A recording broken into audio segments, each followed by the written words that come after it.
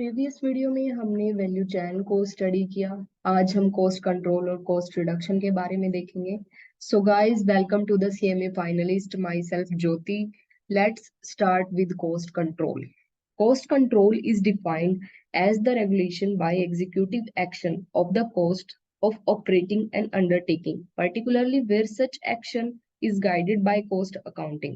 cost accounting से जो action set करते हैं हम उनको रेगुलेट कैसे करें, कैसे उनको एग्जीक्यूट करें, जिससे कि हमारी कॉस्ट को हम ऑपरेट कर सकें, उसको रिड्यूस कर सकें। ये सब हमें कौन बताता है? कॉस्ट कंट्रोल बताता है। कॉस्ट कंट्रोल में क्या होता है? Cost control is exercise for setting standards of targets and comparing actual performance there with a view to identify the deviations from standard norms। Means इसमें क्या होता है, हम स्टैंडर्ड्स को सेट कर देते हैं कि हमें ये स्टैंडर्ड्स को अचीव करना है।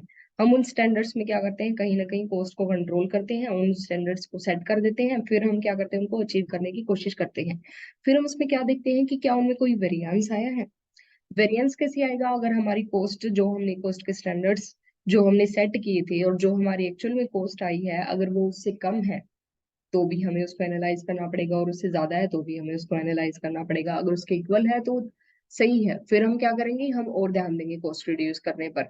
बट अभी हम कॉस्ट कंट्रोल में क्या देख रहे हैं, अगर हमारे स्टैंडर्ड्स में वेरिएंस आ रहे हैं तो हमें पॉजिटिव और नेगेटिव दोनों को एनालाइज करना पड़ेगा। अगर नेगेटिव आ रहे हैं तो ऑब्वियस है कि हमें एनालाइज करना ही है। अगर पॉजिटिव आ रहे हैं तो भी हमें एनालाइज करना है, क्योंकि हमें देखना है कि हम जो टारगेट सेट कर रहे हैं उनमें हम कहाँ पर मिस्टेक कर रहे हैं, हम कौन सी कॉस्ट को ज्यादा मेजर कर रहे हैं। तो वो भी हमारे लिए उतना ही इम्पोर्टेंट होता है जितना कि हमारे लिए नेगेटिव वेरिएंस इम्पोर्टेंट होता है। Next is process of cost control. Cost control में बेसिकली तीन स्टेप लिए गए हैं। Setting the targets, identifying the deviations, taking corrective action. मतलब सबसे पहले हम क्या करते हैं, टारगेट्स को सेट करते हैं। कौन से टारगेट्स? कॉस्ट से रिलेटेड, जो हमने कॉस्ट के स्टैंडर्ड सेट किए हुए हैं, वो जो हमारे टारगेट्स हैं उनको सेट करते हैं। फिर उनको आइडेंटिफाई करते हैं कि उनमें कोई डेविएशन है, कोई वेरिएंस आया है, वो वेरिएंस देखते हैं। फिर उसके अकॉर्डिंग हम क्या करते हैं, करेक्टिव एक्शन लेते हैं। जो कि हमारे पॉजिटिव या नेगेटिव वेरिएंस आते हैं उनके अगेंस्ट में हम एक्शन लेते हैं और उनको क्या करते हैं, हम करेक्ट करने की कोशिश करते हैं। नेक्स्ट इज 5 स्टेप्स है कॉस्ट कंट्रोल के। First is planning. प्लानिंग में क्या होता है? First step in cost control is to establish plan targets. मतलब सबसे पहले हम क्या करते हैं, प्लान्स और टारगेट्स को हम सेट करते हैं। जो कोर्स से रिलेटेड हमने टारगेट सेट किए होते हैं, जो भी हमने बजट बनाया होता है या स्टैंडर्ड्स होते हैं, जो भी हमने एस्टिमेट लगाया होता है, या फिर हमने पास्ट से जो डाटा उठाया है, जो भी हमारे पास फिजिकल फॉर्म में है या फिर मॉनेटरी टर्म्स में है, जो भी है हमने, जिससे हमने प्लान्स को और या फिर टारगेट्स को सेट किया है, उनको हम क्या करते हैं, प्लान करते हैं कि हम बजट कैसे बनाएं, स्टैंडर्ड्स कैसे बनाएं। वो क्या कर सकते हैं, हम पास्ट की डाटा को भी उठा सकते हैं और न्यू भी हम एस्टेब्लिश कर सकते हैं। Next is communication. जो हमने प्लानिंग की है, जो हमने उसमें टारगेट्स को सेट किया है, जो हमने बजट बनाया है, उसको हम क्या करेंगे, कम्युनिकेट करेंगे। कम्युनिकेट कैसे कर सकते हैं? जैसे कि हमारा टॉप लेवल होता है, टॉप लेवल पर क्या होता है, मैनेजमेंट होती है। मैनेजमेंट क्या करती है, मैनेजमेंट उन स्टैंडर्ड्स को सेट करती है, फिर उनको क्या करती है, लोअर लेवल तक उनको कम्युनिकेट करती है, क्योंकि परफॉर्म किसको करना है, लोअर लेवल को परफॉर्म करना है। तो लोअर लेवल क्या करता है, उसको एग्जीक्यूट करता है। जो उन्होंने स्टैंडर्ड्स फिक्स किए हैं, जो उन्होंने बजट बनाए हैं, उनको क्या करता है, एग्जीक्यूट करता है। एग्जीक्यूट करके उन पर परफॉर्म करता है। परफॉर्म करने के बाद जो रिजल्ट आता है, उनकी रिपोर्ट बनाई जाती है। वो रिपोर्ट बना करके क्या करते हैं, फिर उसको हायर लेवल तक ले जाया जाता है। उनकी परफॉर्मेंस को रिपोर्ट में एनालाइज करके हायर लेवल तक पहुंचाया जाता है। उसके बाद क्या आता है, मोटिवेशन। मोटिवेशन में क्या होता है, जो हमने कम्युनिकेट कर दिया उसके बाद हमारा रिपोर्ट बन के तैयार हो गई है। अब रिपोर्ट में जो रिजल्ट आया है, अब उससे हम मोटिवेट कैसे करें हमारे जो वर्कर्स हैं, या फिर जो हमने डाटा बनाया है कोर्स से रिलेटेड, उसको हम मोटिवेट कैसे रखें। हम दे तो इंडिविजुअली हमें क्या करना पड़ेगा, सबकी डाटा को कलेक्ट करना पड़ेगा। किसने कितनी परफॉर्मेंस दी है, उसके अकॉर्डिंग हम उनको अप्रेजल कर सकते हैं, या फिर उसमें कुछ चेंजेस कर सकते हैं जिससे कि वो आगे और मोटिवेट हों। Next is appraisal and reporting. जब हम एक बार रिपोर्ट बना लेते हैं, तो उसमें क्या होता है, हमें पता चल जाता है कि हमें हमने जो एक्चुअल परफॉर्म किया है वो क्या है, और जो हमने प्री डिटरमाइंड प्लान बनाया था वो क्या है। उन दोनों को कंपेयर करते हैं हम, और जो भी हमारे वेरिएंसेस आते हैं उनको हम एनालाइज करते हैं। इसमें क्या होता है, बेसिकली हम फाइंड करते हैं कि वेरिएंस क्या क्या है। वेरिएंस नेगेटिव भी हो सकते हैं और पॉजिटिव भी हो सकते हैं, बट हमें क्या करना है, दोनों को ही एनालाइज करना है। और जो हमारे मेन टूल जो होते हैं इनको एनालाइज करने, जो स्टैंडर्ड्स होते हैं उनको सेट करने के लिए जो हमारे टूल होते हैं, बेसिकली कोस्ट कंट्रोल में सिर्फ दो टूल्स होते हैं, स्टैंडर्ड कोस्ट और बजटरी कंट्रोल। ठीक है। और जो हमारे वेरिएंस आते हैं वो हमारे कंट्रोलेबल भी हो सकते हैं और अनकंट्रोलेबल भी हो सकते हैं। अब अगर वो कंट्रोलेबल है तो वो बहुत अच्छी बात है, हम उनको कंट्रोल कर सकते हैं। और अनकंट्रोलेबल है तो हम उनके अकॉर्डिंग ही अपने नेक्स्ट टारगेट्स को सेट करना पड़ेगा। Next is decision making. Decision making में क्या होता है, हमने सारे स्टेप्स को फॉलो किया, उसके बाद हमारे पास रिपोर्ट भी आ गई और वेरिएंस भी आ गए, और उनको हमने प्रॉपर लेवल पर जो है मैनेजमेंट को भी पहुंचा दिया। तो उसके बाद मैनेजमेंट क्या करती है, उस पर डिसीजन लेती है, उन वेरिएंसेस को रिव्यू करती है, और जो भी रिक्वायर्ड होते हैं, जो भी डिसीजन, उनको वहां पर करेक्टिव एक्शन के थ्रू लिया जाता है। और जो हमारे टारगेट्स होते हैं उनको क्या किया जाता है, रिवाइज किया जाता है। उसके बाद क्या आता है, की points for exercising effective cost control.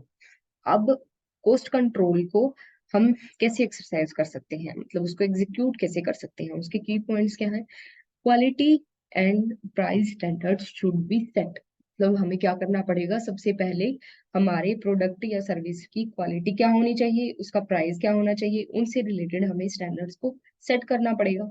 फिर जो हम स्टैंडर्ड सेट करते हैं वो ऐसे होने चाहिए कि हमें लगे कि हाँ वो रियलिस्टिक है, वो अचीव हो सकते हैं। हम ऐसे ही नहीं हवा में कुछ भी बना सकते हैं कि हाँ भाई हम ये करेंगे, इतनी कॉस्ट को रिड्यूस करके लेके आएंगे, इतना प्रॉफिट्स बनाएंगे। मतलब रियलिस्टिक होना चाहिए, अचीवेबल होना चाहिए। Then data collected should be keep to minimum. जो हम डाटा कलेक्ट करते हैं वो मिनिमम होना चाहिए। मतलब ये नहीं है कि हम बहुत सारा डाटा कलेक्ट कर लें फिर उस पर एनालाइज करना शुरू करें, उसको उस पर रिपोर्ट बनाए, तो उसमें काफी टाइम वेस्ट होता है। तो हमें क्या करना है, मिनिमाइज रखना है डाटा को। मतलब जो इम्पोर्टेंट डाटा है सिर्फ वही कलेक्ट करना है, और उसके अकॉर्डिंग हमें क्या करना है, कॉस्ट को कंट्रोल करना है।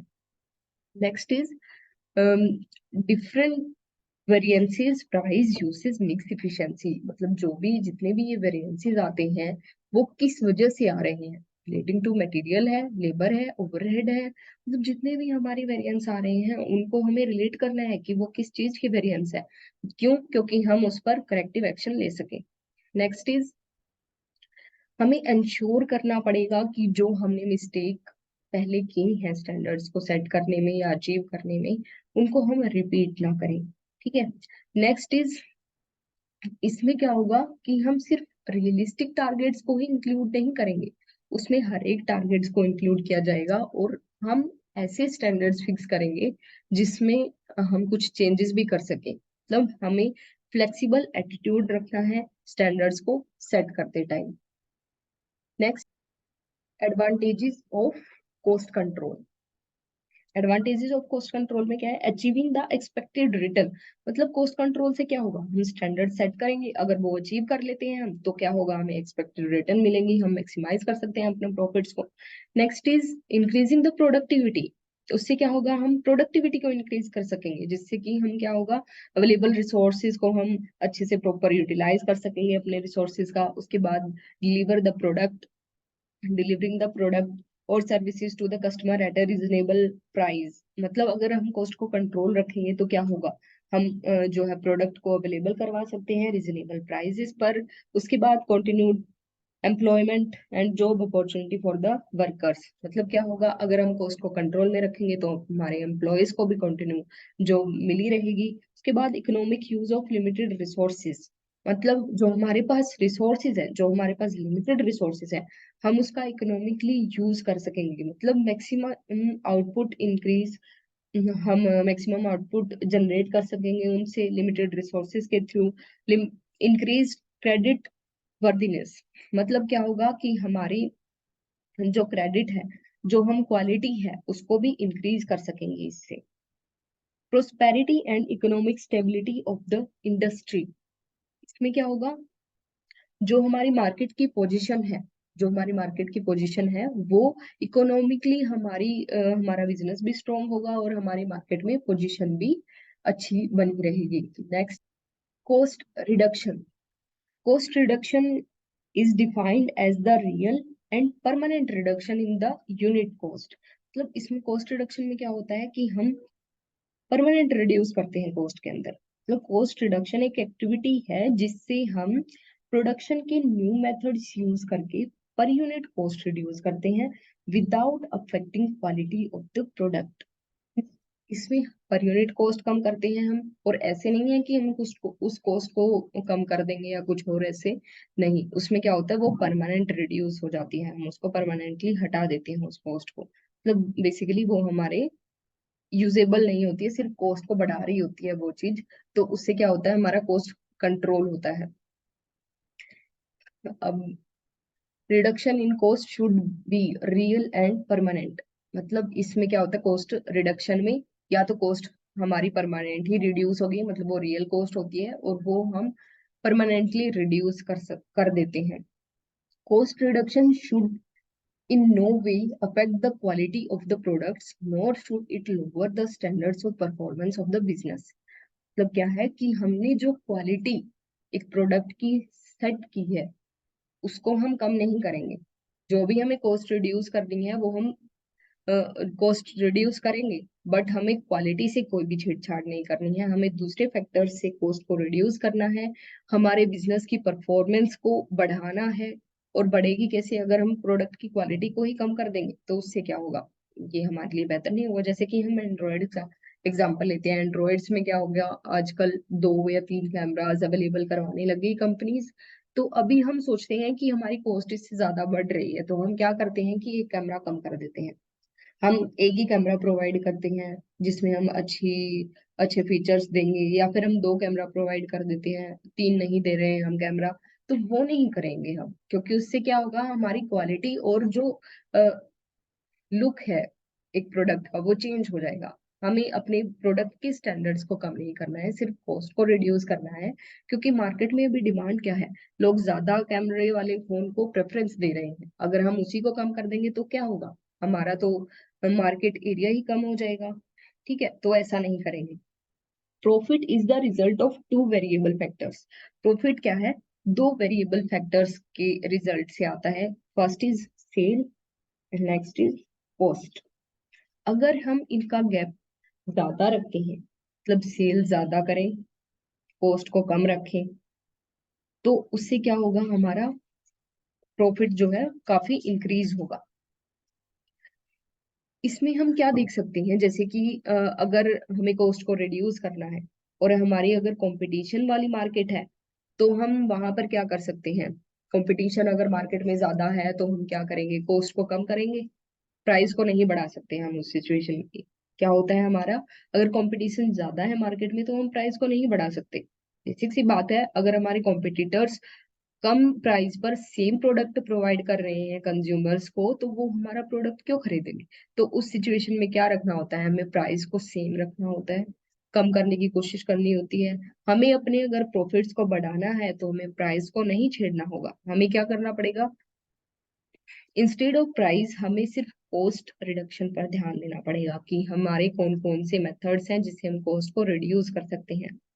कॉस्ट रिड्यूस करने के बाद की जो मेथड होते हैं वो क्या क्या होते हैं, हमारे प्रोडक्शन प्लानिंग कंट्रोल कर सकते हैं, हम ऑटोमेशन कर सकते हैं, क्वालिटी कंट्रोल कर सकते हैं, वर्क स्टडी कर सकते हैं। ये सब जो एक्शंस हैं वो हम ले सकते हैं अगर हमें कॉस्ट को रिड्यूस करना है। अगर हमारी कंपटीशन लेस मार्केट है, मतलब देखिए यहाँ पर कंपटीशन लेस मार्केट है हमारी, अगर हमारी मोनोपोली है प्रोडक्ट्स में, तो हम क्या कर सकते हैं, हम प्राइस को बढ़ा सकते हैं, कितना प्रॉफिट अर्न कर सकते हैं, क्योंकि हमारा कॉम्पिटिटर ही नहीं है कोई। तो उस स्टेज पर हम प्राइस को बढ़ा सकते हैं, अदरवाइज हमारे लिए बहुत रिस्की होता है प्राइस को बढ़ाना। हमारे पास एक ही ऑप्शन बचता है, cost reduction. Next is ways and means of control reduction. इसके वेज क्या है कंट्रोल रिडक्शन के, reducing the cost, increasing the productivity, doing the both at the same time. मतलब हम रिड्यूस कर सकते हैं कॉस्ट को, ठीक है, और प्रोडक्टिविटी को इंक्रीज कर सकते हैं। रिड्यूस कैसे करेंगे, कोई भी इन सब चीजों में, जैसे मैंने एग्जांपल दिया कैमरा वाला, हम वैसे रिड्यूस नहीं करेंगे। हम क्या कर सकते हैं, ऑटोमेशन कर सकते हैं, क्वालिटी को कंट्रोल कर सकते हैं, वर्क की स्टडी कर सकते हैं। मतलब हम वर्क प्लेस है जो हमारा, वहां पर रिसोर्सेज को अच्छा एनवायरनमेंट प्रोवाइड करें, अच्छी मशीनें प्रोवाइड करें, उनकी इफिशियंसी को बढ़ाने की कोशिश करें, वो सब चीजें हम कर सकते हैं कॉस्ट को रिड्यूस करने के लिए। ठीक है। इंक्रीज द प्रोडक्टिविटी, या फिर हम अपनी प्रोडक्टिविटी को बढ़ा सकते हैं। मतलब हमारी, तो जितना ज्यादा हम प्रोडक्शन करेंगे उतनी हम सेल करेंगे, और उससे क्या होगा, ज्यादा प्रोडक्शन होगा, सेल होगा, तो हमारी पर यूनिट कॉस्ट कम हो जाएगी, तो क्या होगा, ऑटोमेटिक हमारी कॉस्ट कम हो जाएगी। या फिर हम दोनों चीजें एक साथ भी कर सकते हैं, जिससे कि हमें और ज्यादा बेनिफिट मिलेगा। ऐसे ही नेक्स्ट है, broadly speaking, reduction in cost per unit of production may be affected in two ways. First is by reducing expenditure, second is by increasing productivity. Same thing जो हमने अभी पढ़ा वैसे ही, कि या तो हम एक्सपेंडिचर को कम कर लें, या फिर हम अपनी प्रोडक्टिविटी को इंक्रीज कर लें। Next is 5 steps to strategic cost reduction. Strategic cost reduction के 5 स्टेप हैं। ये जो है पीडब्ल्यूसी ने रिसर्च के थ्रू 5 स्टेप्स को दिया है, जो कि बिग 4 अकाउंटिंग फर्म्स में आती है। पीडब्ल्यूसी means Pricewaterhouse Coopers. इसमें फर्स्ट स्ट्रेटजी है, start with strategy. Cost reduction की फर्स्ट है स्टार्ट विद स्ट्रेटजी। मींस जो हम कॉस्ट रिडक्शन के लिए स्ट्रेटजी बना रहे हैं उसका क्लियर व्यू होना चाहिए। वो ऐसी होनी चाहिए जिससे हम उसको अंडरस्टैंड कर सकें, अंडरस्टैंड करने में आसानी हो, और पूरी ऑर्गेनाइजेशन में उसको कंसिस्टेंटली लागू कर सके। नेक्स्ट इज एलिगन कॉस्ट ऑफ स्ट्रेटजी। एलिगन मीन्स कैटेगराइज करना उसको, या फिर किसी भी चीज को पिक करना। Look across the whole organisation and differentiate the strategies. Means क्या करना है, हमें पूरी ऑर्गेनाइजेशन में देखना है, और हमें उसके दो कैटेगरी बनानी है, जैसे कि गुड कॉस्ट और बैड कॉस्ट। ठीक है। एक हमारे लिए इसेंशियल है, एक नॉन इसेंशियल है। तो उसमें क्या होगा, जो हमारी गुड कॉस्ट है उसको हम अलग कैटेगरी में रखेंगे, जो बैड कॉस्ट है उनको अलग कैटेगरी में रखेंगे। पूरी ऑर्गेनाइजेशन में हम रिसर्च करेंगे, हर एक एक्टिविटी को देखेंगे, उनको अलग अलग में डिवाइड करेंगे। ठीक है। उसके बाद क्या है, एम हाई। हमें अपना एम हाई रखना होगा। Means be bold, be brave और बी क्रिएटिव। ठीक है। इसमें क्या बोलना चाह रहे हैं ये, जैसे यूज टेक्नोलॉजी, इनोवेशन और न्यू वेज। जो भी मार्केट में न्यू टेक्नोलॉजी आ रही है, इनोवेशन आ रहा है, नए नए रास्ते आ रहे हैं वर्क कंडीशंस के लिए, तो हमें क्या करना है, उसका ब्रेवली सामना करना है, और उनको अपनी जो फंड है उसमें भी लेकर आना है। ये नहीं है कि कोई नई टेक्नोलॉजी आई है, इनोवेशन आया है, उसको हम यूज नहीं करेंगे। नो, हमें उसको सबसे पहले यूज करना है। बी बोल्ड मीन्स हमें टेक रिस्क, हमें रिस्क लेना पड़ेगा उस, जिससे क्या होगा, हम अपनी कॉस्ट को भी रिड्यूस कर पाएंगे। अगर नए नए वेज को हम यूज करते हैं तो उससे हमारी कॉस्ट भी रिड्यूस होती है। Next is set direction and show leadership. हमें क्या करना पड़ेगा, डायरेक्शंस को सेट करना पड़ेगा, और फिर उनको टाइम टू टाइम लीड करना पड़ेगा। Next is create a culture of cost optimisation.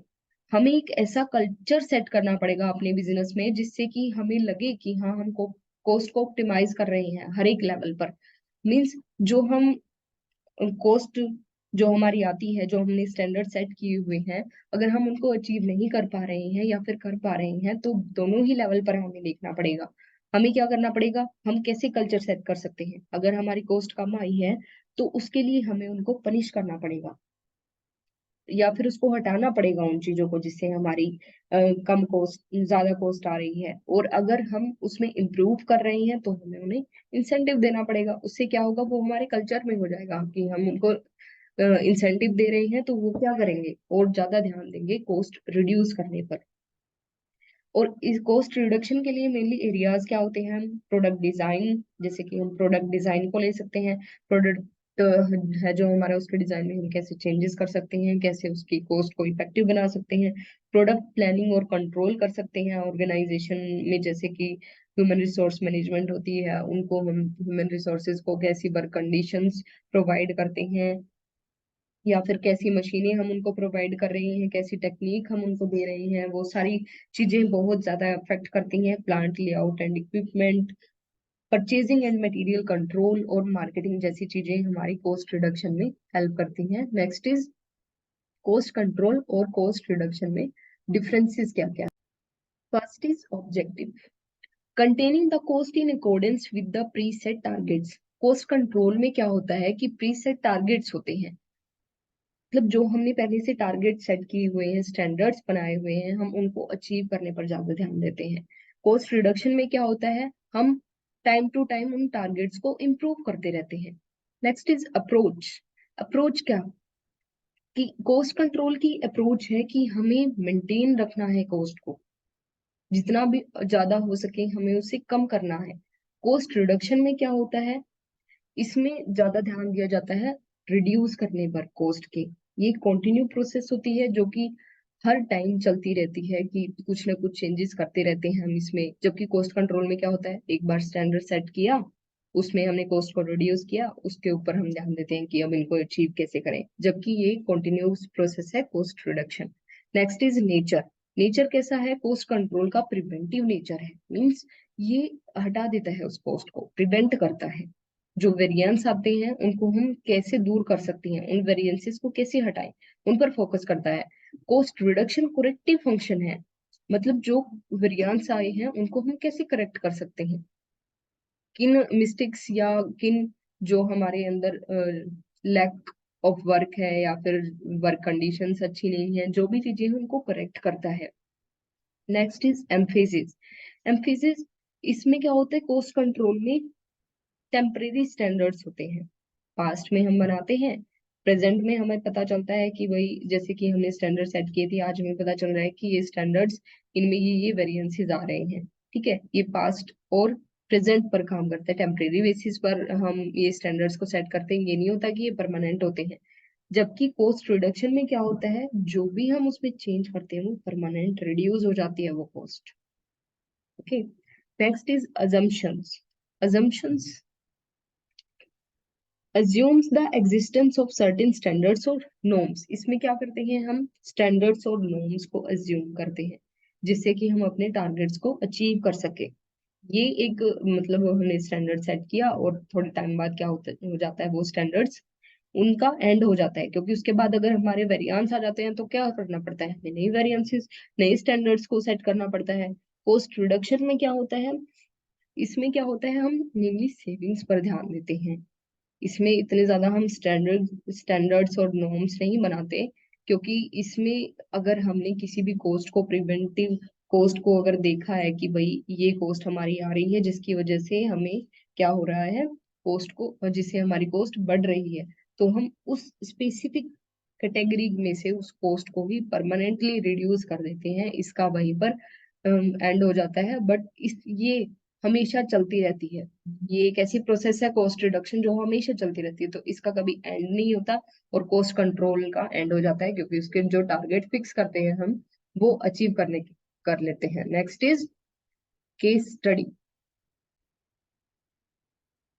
How a reputed consulting firm RCF assisted a client in cost reduction। Means जो RCF है उसने कैसे अपने क्लाइंट की हेल्प की कॉस्ट रिडक्शन में, वो इस केस स्टडी में हम देखेंगे। ठीक है, अपने स्टडी मटेरियल में क्या है, 3 से 4 केस स्टडी दी गई है, जिसमें कि मैं केस स्टडी नंबर 1 को यहाँ पर कवर कर रही हूँ, जिसमें है the client is world leader in the food and beverage industry. Means RCF जो कंसल्टेंट फर्म है या उसने क्या किया, जो क्लाइंट है उसका, वो फूड और बेवरेजेस में वर्ल्ड लीडर है। तो जो क्लाइंट है उसका सीएफओ आरसीएफ के पास अप्रोच करता है 2011 में। ठीक है, कि वो उनकी, आप हमारी कंपनी की हेल्प कीजिए to establish a strategic cost reduction programme. ठीक है, उसने क्या किया कि आप हमारी जो स्ट्रेटेजिक कॉस्ट प्रोग्राम है उसको एस्टेब्लिश करने में हमारी हेल्प कीजिए, उसने अप्रोच किया आरसीएफ को।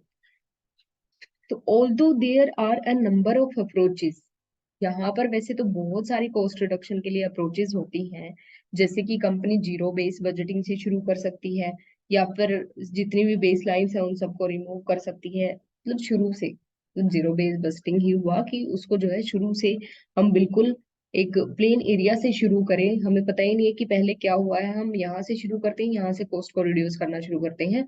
तो ठीक है, उन्होंने अपने क्लाइंट्स के लिए क्या किया, प्रायोरिटी बेस्ड बजट को ज्यादा अप्रोच किया। ठीक है, RCF began to prioritize cost saving by looking at half of the company's cost base.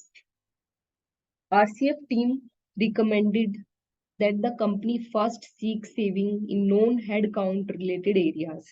मतलब आरसीएफ टीम ने क्या रिकमेंड किया कि सबसे पहले आप किस चीज को देखिए, non head count related areas को आप देखिए, जिसमें क्या आता है, नॉन एम्प्लॉयज से रिलेटेड जो भी चीजें होती हैं वो आती हैं, जिसके अंदर क्या क्या एक्सपेंस थे, ट्रेवल था, एंटरटेनमेंट था और कंसल्टेंट फीस थी।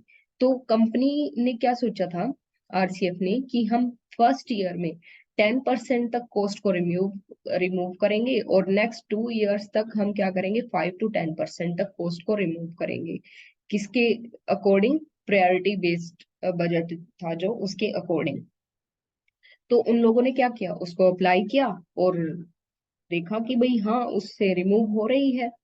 Once the company was well on its way to removing cost from these areas, जब वो इन एरिया से कॉस्ट को रिमूव कर देती है, इनमें सक्सेस मिल जाती है उनको रिमूव करने में, तो वो नेक्स्ट स्टेप क्या करती है, नेक्स्ट स्टेप में वो करती हैं कि जो उनकी टारगेट इमर्जिंग मार्केट लोकेशंस है उनको कैसे एक्सपैंड करें। मीन्स जहां पर उनको ज्यादा कस्टमर्स मिलेंगे, जो उनका कस्टमर टारगेटेड एरिया है, वहां पर उन्होंने एक्सपैंड करना शुरू किया, उनकी ग्रोथ को वहां पर बढ़ाना शुरू किया, जिससे क्या हुआ, वहां पर उनकी जो डिमांड है वो भी इंक्रीज हुई। तो priority based budgeting form one part of the cost reduction equation for all of RCM teams efforts. Means जब हम जो आरसीएम टीम थी, जो आरसीएफ की टीम थी, उसने जब प्रायोरिटी बेस्ड बजट फॉर्म किया, तो वो ही एक पार्ट था, मतलब वो भी एक स्टेप था जिससे क्या हुआ, कॉस्ट को रिड्यूस कर सके हम। वो ही एक मेन स्टेप वही होता है कि हम उसको परफॉर्म, उन स्टैंडर्ड्स को कैसे बनाए। तो वो लाइक स्टैंडर्ड बना दिया उन लोगों ने, प्रायोरिटी बेस्ड बजट जो बनाया वो स्टैंडर्ड तैयार कर दिया कि हाँ हमें इसको अचीव करना है। ठीक है, तो कल्चर फॉर्म हुआ। उसके बाद for every cost saving RCF team members identified, तो जितने भी आरसीएफ के टीम मेंबर्स उसमें लगे हुए थे, उसको आइडेंटिफाई करने में लगे हुए थे, उन्हें क्या किया, उसको जो है क्लाइंट्स में, जो उनका उसका क्लाइंट था उनके कल्चर में उनने उन्होंने वो अप्लाई करके देखा। अप्लाई करके देखने पर क्या हुआ, उनको पता लगा कि ये कंपनी और एम्प्लॉयज दोनों के लिए अच्छा है। तो उन्होंने क्या किया, आगे अपना काम जारी रखा और उसको प्रायोरिटी बेस्ड बजटिंग को उसमें लागू कर दिया। The company had spend years cultivating a youthful and energetic culture for the organization. उस कंपनी ने क्या किया, आरसीएफ ने कई सारे ईयर्स स्पेंड किए, मतलब ईयर्स तक लगी रही वो उसमें यूथफुल और एनर्जेटिक कल्चर बनाने के लिए। ठीक है, उससे क्या हुआ, जो क्लाइंट था उसको बॉटम लाइन से 3 इयर्स के अंदर ही $250 मिलियन, $250 मिलियन का उनको कॉस्ट रिडक्शन मिला। मतलब कॉस्ट रिड्यूस हुई तो इसका मतलब वही है कि उनको प्रॉफिट भी हुआ। ठीक है, तो इतना सारा ह्यूज प्रॉफिट उनको हुआ उस कंसल्टेंसी फर्म के थ्रू। तो आरसीएफ ने जो कल्चर में चेंज किया था, और जो ऑर्गेनाइजेशन का सीएफओ था, उसने भी क्या किया कि अब आप कुछ भी चेंज कर सकते हो इसमें कल्चर में। वो भी उसके लिए तैयार था कि हाँ मैं इसमें ये सारी चीजें चेंज कर सकता हूँ, करवा सकते हैं, मतलब हम इसमें हमारी ऑर्गेनाइजेशन में भी लागू कर सकते हैं। क्योंकि उसका कल्चर चेंज करने से, और जो उन्होंने प्रायोरिटी बेस्ड बजट जो शुरू किया था उससे जो कॉस्ट कंट्रोल हुआ था उनका, जो कॉस्ट में रिडक्शन आया था, उससे क्या हुआ था, उनका प्रॉफिट मार्जिन काफी बढ़ गया था, जिससे क्या था, वो उसको आगे भी ऐसे ही रेगुलर बेसिस पर चलाना चाहते थे। तो इससे क्या पता चलता है कि जो आरसीएफ जो कंसल्टेंसी फर्म थी, उसने जो अपने क्लाइंट की हेल्प की, मतलब बेस लाइन से शुरू किया उन लोगों ने, कैसे कैसे कॉस्ट को रिड्यूस किया, किन किन चीजों पर उन्होंने फोकस किया, कि जैसे उन्होंने बोला कि हेड काउंट्स रिलेटेड जो एरियाज होते हैं उनको हम पहले कवर करेंगे, जैसे कि एंटरटेनमेंट है, कंसल्टिंग फीस वगैरह थी, इनको सबसे पहले रिड्यूस किया था उनने। फिर उसके बाद उनको क्या हुआ था, $250 का उन्होंने कॉस्ट को रिड्यूस कर दिया था। कहाँ से, बॉटम लाइन से रिड्यूस कर दिया था 3 इयर्स के अंदर। और उन्होंने अपने कल्चर में ही इसको लगा लिया था कि हाँ, हम ये प्रायोरिटी बेस्ड बजट ही यूज करेंगे आगे भी, इन फ्यूचर भी। यहाँ पर सीएफओ भी विलिंग था, प्रिपेयर था उस चीज के लिए कि हम आगे भी इस चीज के ऊपर एक्शन ले सकते हैं। तो ये था हमारा कॉस्ट कंट्रोल और कॉस्ट रिडक्शन के ऊपर लेक्चर। नेक्स्ट वीडियो में हम देखेंगे वैल्यू चेन एनालिसिस। अगर आपको वीडियो अच्छी लगी हो तो please like share and subscribe. Thanks for watching.